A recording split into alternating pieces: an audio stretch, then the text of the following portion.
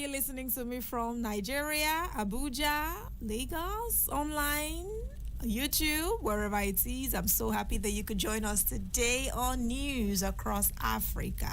It's Citizen FM 93.7.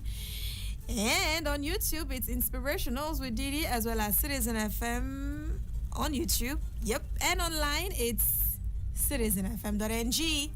So it's time to take a trip around Africa. Let's hear some of the headlines making the rounds on our beautiful continent of Africa.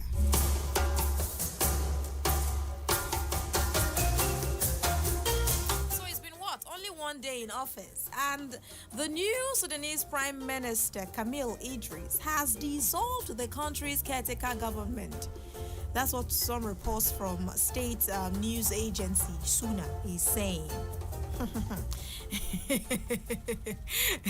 I like people who like to hit the ground running. Well, the news came in just one day after he took the oath of office as the country's first prime minister since the military coup 4 years ago. Remember, in 2023, Sudan plunged into civil war when tensions between the military and the breakaway group, the Rapid Support Forces. The tension exploded into open warfare in Khartoum, that's the country's capital, and other parts of the country.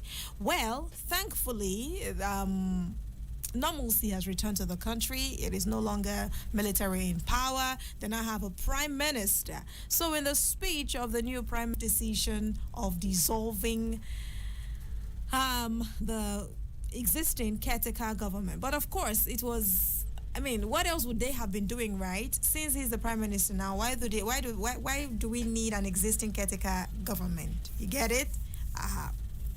Anyway, so far, the new prime minister has not said anything about when a new government would be appointed. So it's just going to be running like this until he decides. And it doesn't take anything. He could decide to just announce a few hours before the appointment, or he could decide to even announce it after the appointment. Whatever. Anyone he wants to do is the new prime minister. Of course, if it follows the democratic principles of the country, that's all that matters. Well, let's just take you back a bit to the news in Sudan of at least 24,000 people that have reported killed. And it's been reports of about 14 million more people that have been displaced and forced from their homes, including over 4 million who had to run into neighboring countries. The war has been marked by atrocities, including sexual molestation, mass rape, ethnically motivated killings that amount to war crimes and crimes against humanity, according to international organizations, especially in the western region of Darfur. That's, in fact, this particular report about Darfur region is what United Nations and International Rights Group have called it. They said it is crimes against humanity. In fact, one time in this whole crisis in Sudan, famine was announced in at least 5 locations, with the epicenter in the Darfur region. There was no food. There was outright starvation across the country. Well, thankfully, that is now a thing of the past, as we now have a new prime minister, and his name is Camille Idris.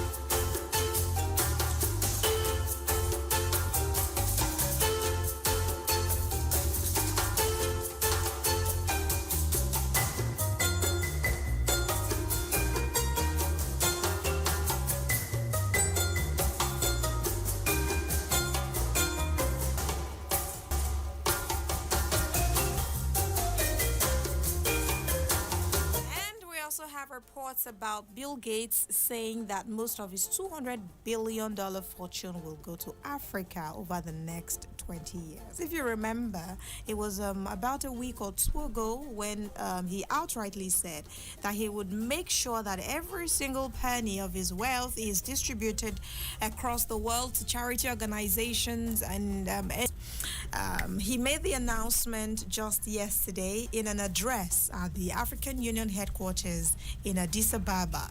That's in the Ethiopian capital. Bill Gates said that unleashing human potential is the goal by improving health and education, and it should be put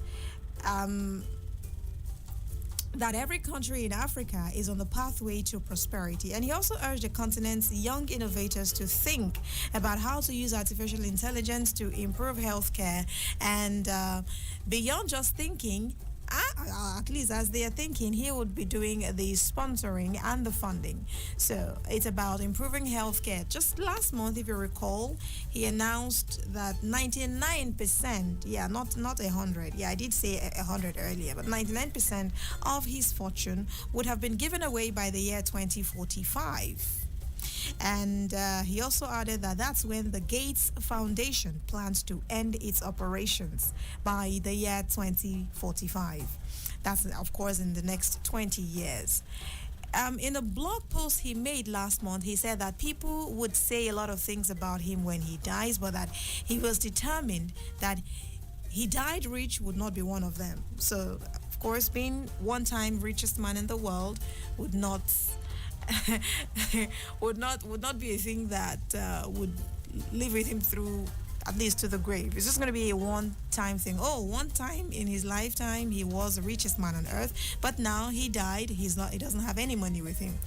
But then again, see how life goes. You really can't tell when you would die, because in the end, that's entirely in the hands of God Almighty. But we can only make plans and projections as humans, and we do hope that he lives to see the next 20 years. Anyway, Mozambique's former First Lady, Gracia Machel, welcomed this announcement that was made by Bill Gates, saying that it came at a moment of crisis. Just so you know, the Gates Foundation has so far disbursed more than $100 billion since Bill Gates co-founded it in 2000 with his ex-wife, Melinda French Gates.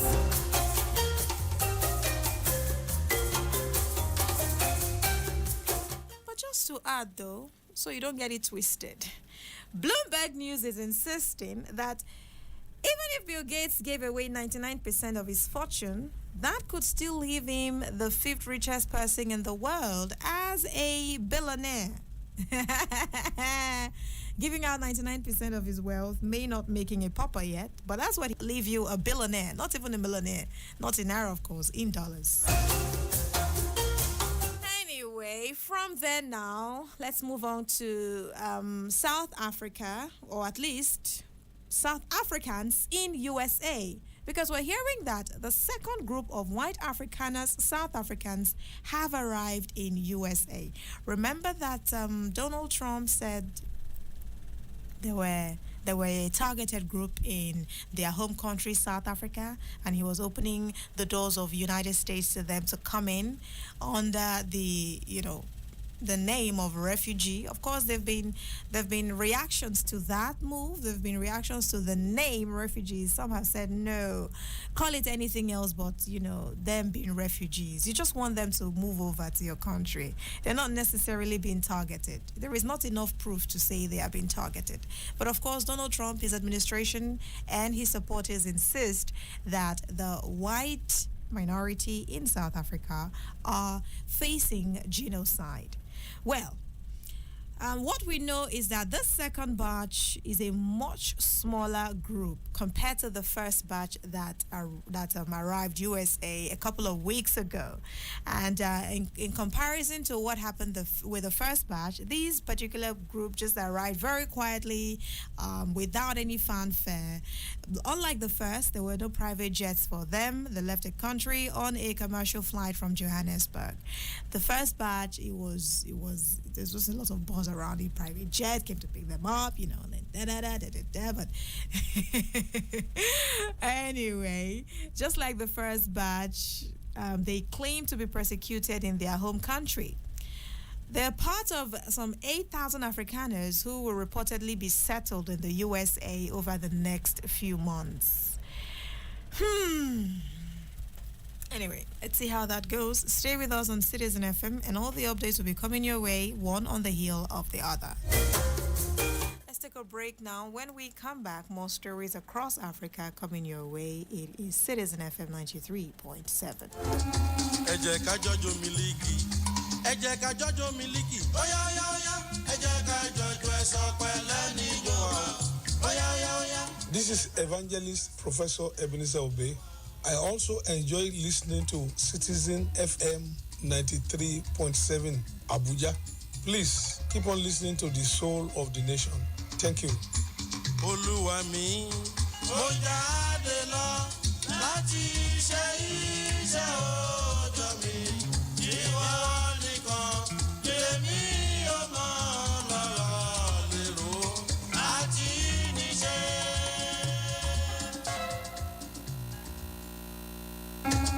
Ẹ jẹ́ ká jọjọ́ Miliki. Are you a student looking for a voice? Do you want to discuss the issues that matter most to you? Tune in to Student Affairs every Wednesday. More. Be part of Student Affairs every Wednesday at 12:05 p.m. on Citizens 93.7 FM, Abuja. Student Affairs, empowering students' voices every Wednesday at 12:05 p.m. on Citizens 93.7 FM, Abuja.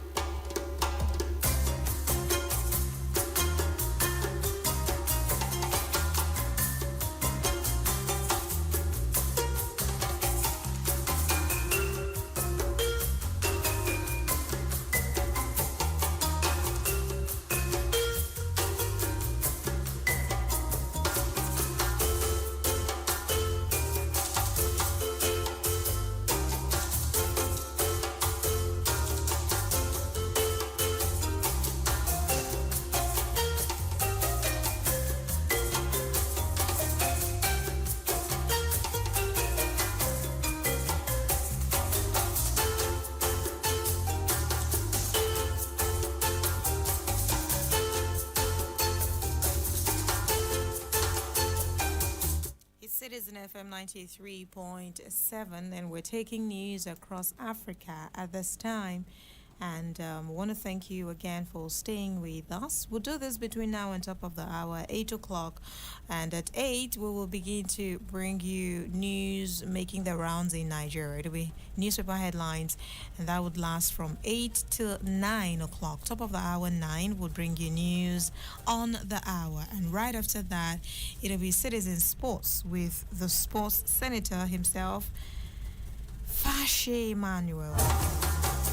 Back to news across Africa. The Malian army has said that it has fought an attack on a military camp in Timbuktu just yesterday morning. In fact, local officials and eyewitnesses said that a car bomb exploded in the city center, followed by gunfire. But the army said they are in total control of the situation and that there was no need for the locals to worry about it.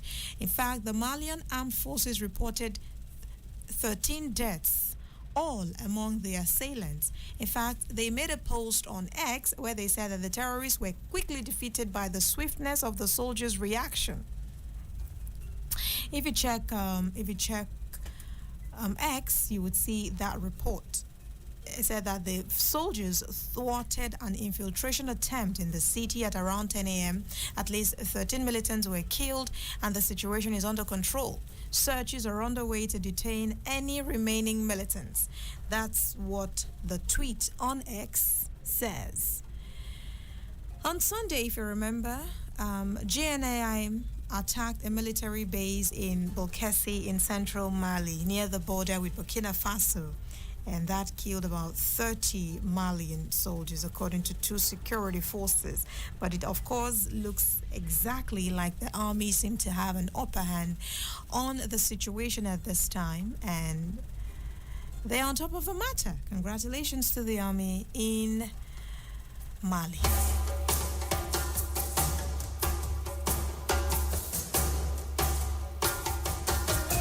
Central African Republic, we're hearing that opposition are accusing the government of organizing violent protests that have left 2 people dead. There was a protest in Bangui. We saw the, at least videos showed that the opposition party was sort of blocked because they were supposed to have a meeting on Saturday. And because of that blockade, 2 people died because of the altercation that followed afterwards. Well, the Republican Bloc for the Defense of the Constitution, or BRDC, is pointing the finger at the United Heart Movement, that's MCU. They are accusing officials of organizing the violence that disrupted the event. That event happened at a football stadium in the capital. Part of what they said, part of what one of the officials of the opposition said, he was quoted as saying, for over a month now, we've had an appointment with the Central African people and we've taken all the necessary precautions. We informed the Ministry of Territorial Administration, the Ministry of the Interior, and NIMUSCA, so that our meeting could take place peacefully. Unfortunately, the party in power has mobilized all its energy to attack our activists, two of whom are in local hospitals as we speak. And the BRDC said that it received all necessary authorizations to hold the meeting. They've also accused the police in CAR and the United Nations Peacekeeping Force of doing nothing to prevent the violence against activists and journalists in the country. So now fingers are crossed and waiting for the reactions of the government. At least the MCU, that's the United Heart Movement Party. Let's hear what they have to say. Of course, if any official statement is released, we're bringing you up to speed with that here on Citizen FM 93.7. More reasons why you should stay with us.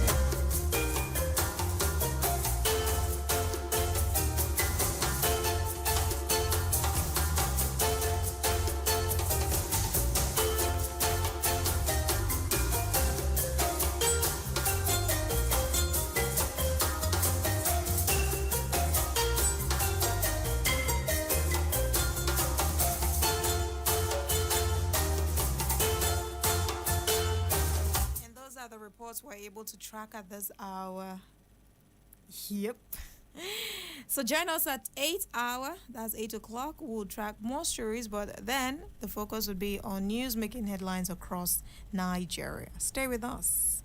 It is Citizen FM 93.7. The Renewed Hope Agenda for Nigeria is the brainchild of President Asiwaju Bola Ahmed Tinubu's administration. It is geared towards renewing the hopes of Nigerians for a better future through its policies, projects, and programs that are aimed towards lifting the GDP and economic growth of the nation by improving standard of living of the average Nigerian. The Renewed Hope Agenda Radio is poised to promote all of the above while enlightening Nigerians as well. Join us every Tuesday afternoon, 2 p.m. on Citizen FM Radio. 93.7 Labor House, Central Business District, Abuja. Renewed Hope Agenda Radio on 93.7 FM. The future starts today.